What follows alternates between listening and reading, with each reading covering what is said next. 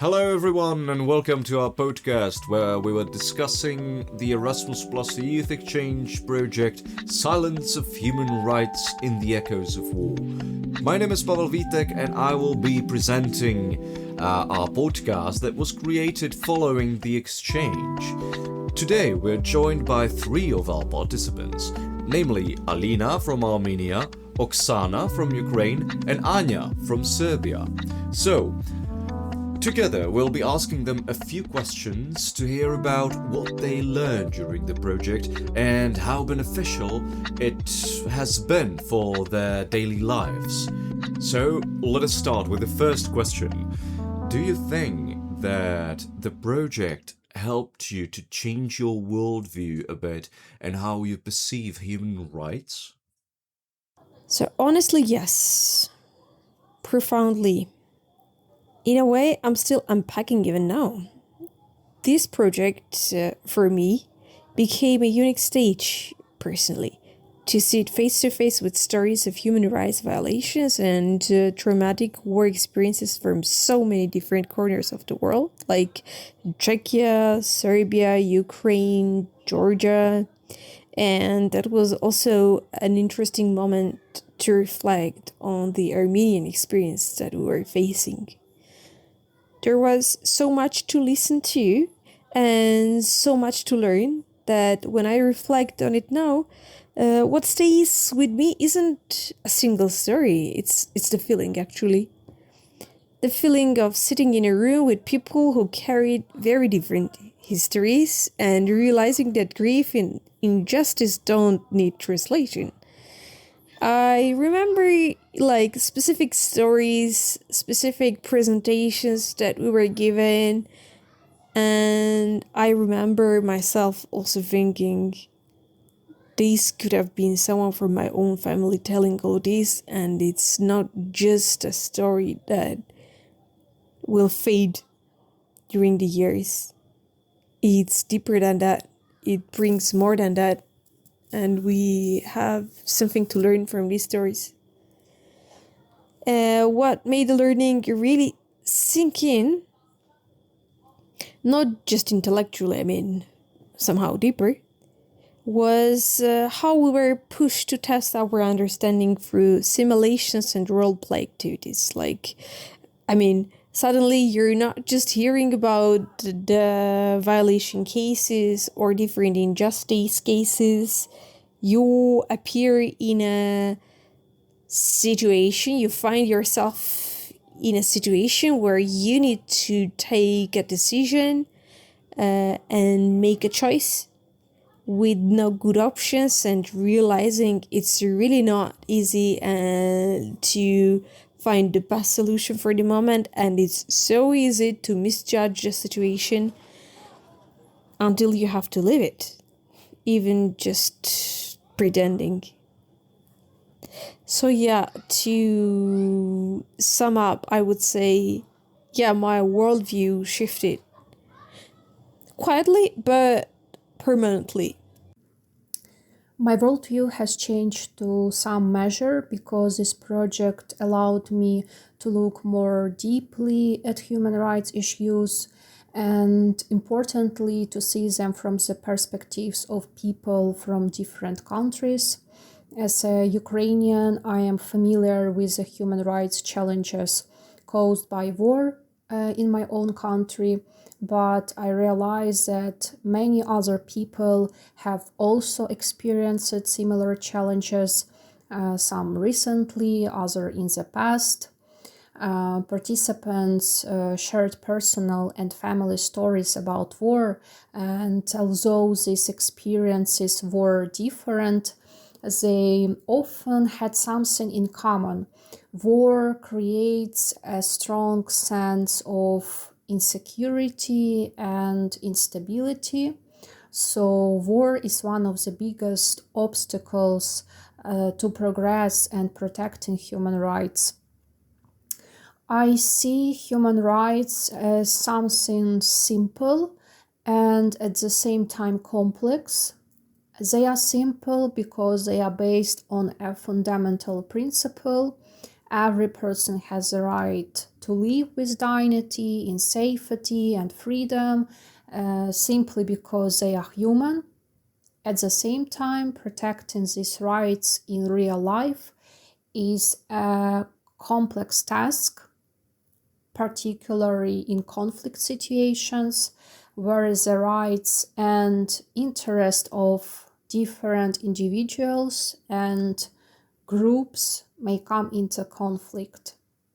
Well, absolutely. Before the project, I understood human rights mostly as some principles and freedoms that I knew existed. But actually, during the project, I started seeing them as something much more personal. Hearing different perspectives and discussing war, discrimination, displacement, and the experience of people affected by conflict just made me realize that human rights are not something we can take for granted simply because we currently live in a peaceful environment. I also understood that protecting human rights is not only the responsibility of governments or international organizations or institutions, but it starts with the choices we make, the way we treat people around us, and whether we are willing to speak up when something is unfair. So the project made me more aware of how easily silence can allow injustice to become normal, and that is probably one of the biggest changes in the way that I perceive the world nowadays.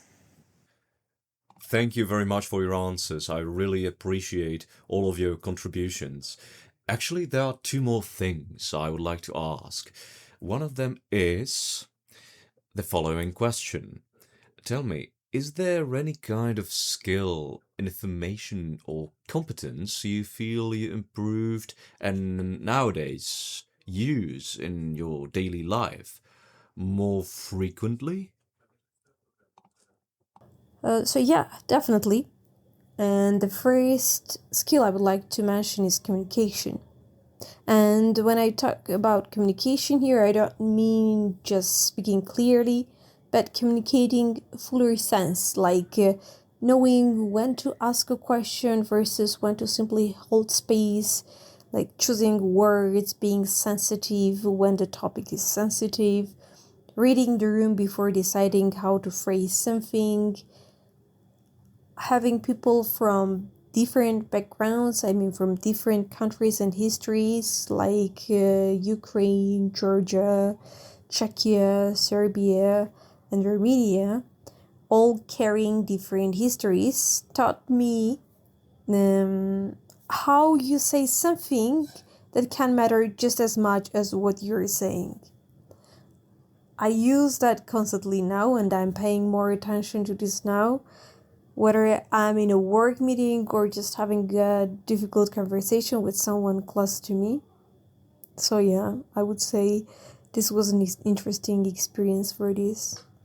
Another skill I would highlight maybe decision making, because this one really surprised me. It was not the first one I would appear in a situation that I need to make a decision, and I'm doing it every day at my work. But here, the simulations we went through focused us into scenarios with no clean, comfortable options, and you had to choose anyway, knowing something or someone would be affected either way. So yeah, in this sense, that was an interesting experience. That kind of pressure like teaches you to think faster, but also kind of feel more responsible for what you're thinking or what you're doing. The third, maybe I would mention empathy-based listening. Let's put it this way.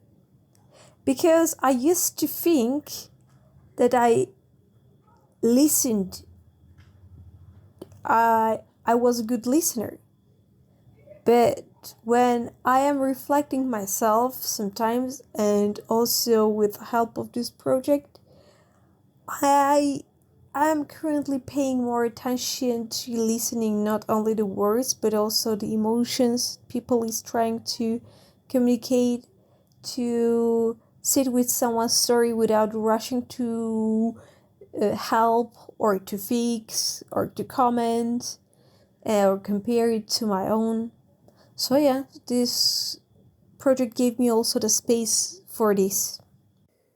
During the project, I improved some of my skills and competencies. I improved public speaking. We had the opportunity to prepare and deliver presentations, express our opinions, and participate in discussions and debates. This helped me become more confident in communicating my ideas in front of others.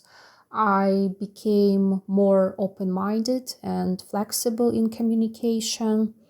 I learned to listen to and respect different opinions. I also improved my time management skills as I had to balance my participation in the project with my regular work. This required me to plan my time carefully and stay organized. Another area was creativity. We were asked to write a poem and create a storytelling, which encouraged me to think in a different way and express my ideas more in more creative way. These tasks also made me realize how much I have become used to relying on AI tools such as ChatGPT. I noticed that completing creative tasks independently sometimes feels more difficult than I used to.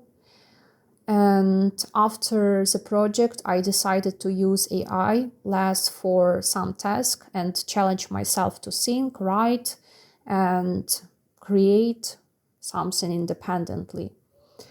Finally, I improved my teamwork and collaboration skills by working with people from different countries, sharing ideas, listening to different perspectives, and contributing to group tasks. And all of these skills and competencies are relevant to my professional life, and I use them regularly in my work, particularly in communication, project management, teamwork, and creating activities and content for young people. Well, I think one of the biggest things I improved was my ability to listen, not just to hear someone, but to genuinely understand a perspective that may be completely different from my own. Through discussions and teamwork, I became more comfortable expressing my opinion while also questioning my own assumptions. I also improved my communication, my intercultural competencies, specifically when working with people who have different backgrounds, experiences, ways of thinking, etc. Nowadays, I notice myself being much more open-minded and less likely to immediately judge an opinion I personally do not agree with. I think that is a skill that goes far beyond the project itself, as it helps me in school, friendships, teamwork, and generally everyday life. Thank you very much once again for all of your great answers. There is one last question I would like to ask you. As you know, our project was mainly focused on the subject of human rights and human rights in conflicts. And there are many other serious topics we would like to deal with and talk about. And as a matter of fact, we are making a sort of analysis of the needs of young people, and we would like to know your opinion as well. So, my question is, what kind of serious topic, except human rights we talked about during this project, would you say would be worth learning for young people and personally would appreciate in a new project, for example?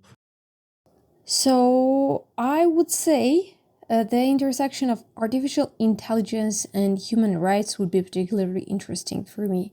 Like, given the work I do around the digital transformation, AI governance, and participatory policymaking at UN, I've seen firsthand how fast technology is moving into spaces that directly affect people's rights, like how decisions get made, who gets hurt, who gets left out of the digital system. And I think this topic would be incredibly relevant because we are the generation growing up inside these systems, like recommendation, algorithms, AI decision making, digital surveillance. And I personally think that making sure that as technology moves forward, ordinary people, youngsters who are not really aware of the risks, of the potentials, aren't just passive users of it, but active voices shaping how it's governed. So I think this topic could be really interesting. And another topic I would be particularly interested is like intergenerational dialogue, especially in this area where the gap between the generations is becoming deeper and deeper because of different reasons, including the digitalization. I think we need these spaces where we can just gather and to think and to realize that we are losing this connection, which is a really, really treasure kind of, because we are getting far from our roots, we're getting far from our history kind of, and to have this connection, which is like youth energy and the experience and the knowledge, to make this together, to create these spaces where these can meet and to bring the ideas on this could be really nice. First of all, I'm grateful that this project focused not only on human rights, but also on human rights in the context of war. For us as a Ukrainian team, it also provided an important platform to speak openly about the war, about what is happening in Ukraine, how the war is affecting people and society, and which rights are being violated during the war.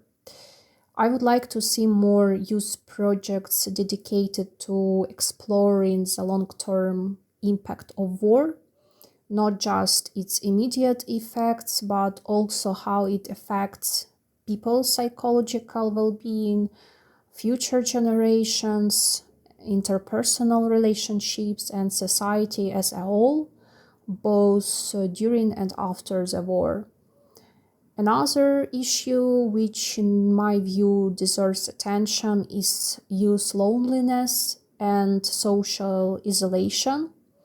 Young people are spending more and more time online, while real-life communication and social interaction are becoming less common. This can contribute to isolation, a breakdown in social relations, a fear of face-to-face communication, and difficulties with real-world interactions. I believe that young people should have more opportunities to reflect on how digitalization affects their mental well-being, relationships, values, and society. I am personally interested in the topic of artificial intelligence.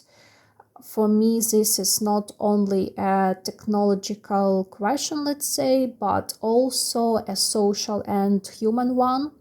I would like to see a youth project that encourages participants to critically reflect on how we can use AI without allowing it to replace our own thinking, creativity, responsibility, and human connection.